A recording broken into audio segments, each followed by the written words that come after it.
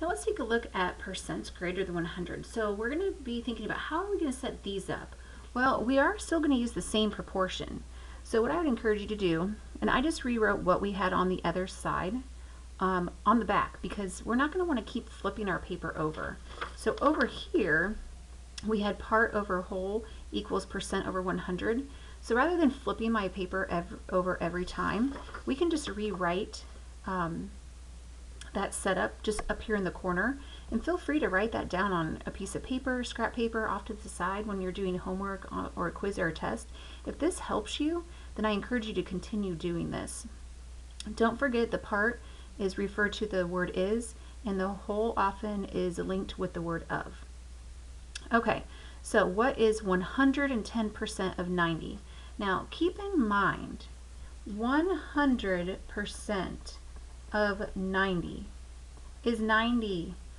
If your quiz is worth 90 points and you get 100% right, you got a 90 out of 90.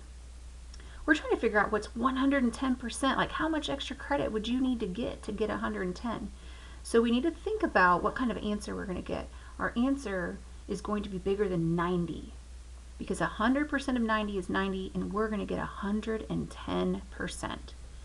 So let's go ahead and set up our proportion. So it's a ratio, set up an equation with two ratios that are equal.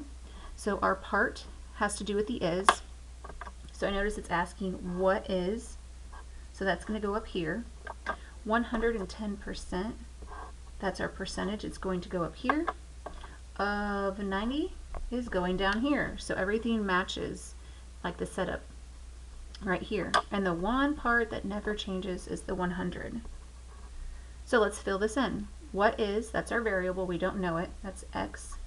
110% goes up here, and then 90 goes down here. So let's do our cross products. 100 times x equals 90 times 110, and then we're going to have to divide by 100 to solve for the answer. Now remember, if you got a 90 out of 90, that's 100%. If you got a perfect on your quiz, but maybe you got extra credit, a lot of extra credit. We got to figure out, okay, what did you get then? So if I type in 90 times 110 divided by 100, oh my goodness, you got 9 points extra credit. So 110% of 90 means you would get a 99. All right, so your grade went up. So 100% was 90, 110% is 99. So let's try it with the second one as well. So we want to set up our proportion again. Now it says find 150%, so I see the percent, that's my purple, of 60 is yellow. So I have one more color I'm missing, which is pink, so that must be what I'm finding. So we're going to find that. So the pink goes on top, which is x, that's what I'm trying to find. 60 goes on the bottom, 150 over 100. Remember, the 100 never changes. So 100% is 60. So we know our answer is going to be bigger than 60 because we want 150%. So it's going up. So maybe the price of, I don't know, a pair of tennis shoes.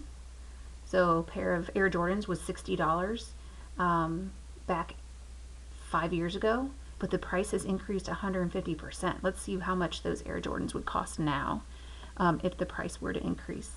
So we have 100 and x, 100 times x equals 60 times 150.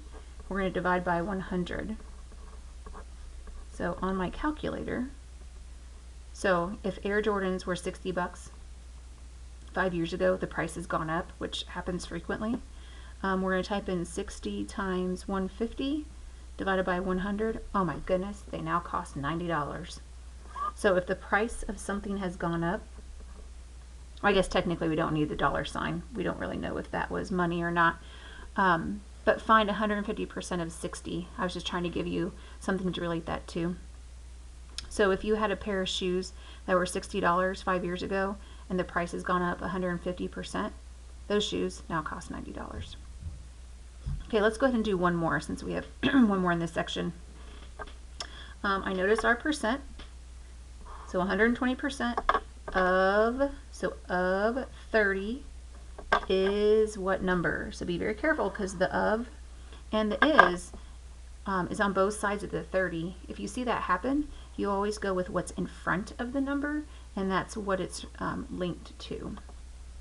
All right, so our proportion, the pink is on top, is what number? So x of is 30.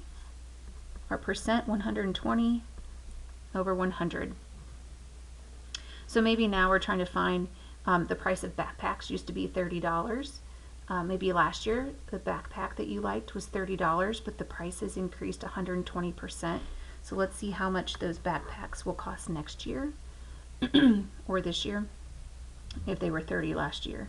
So 100x equals 30 times 120, and then we're going to divide by 100. So let's see what that is.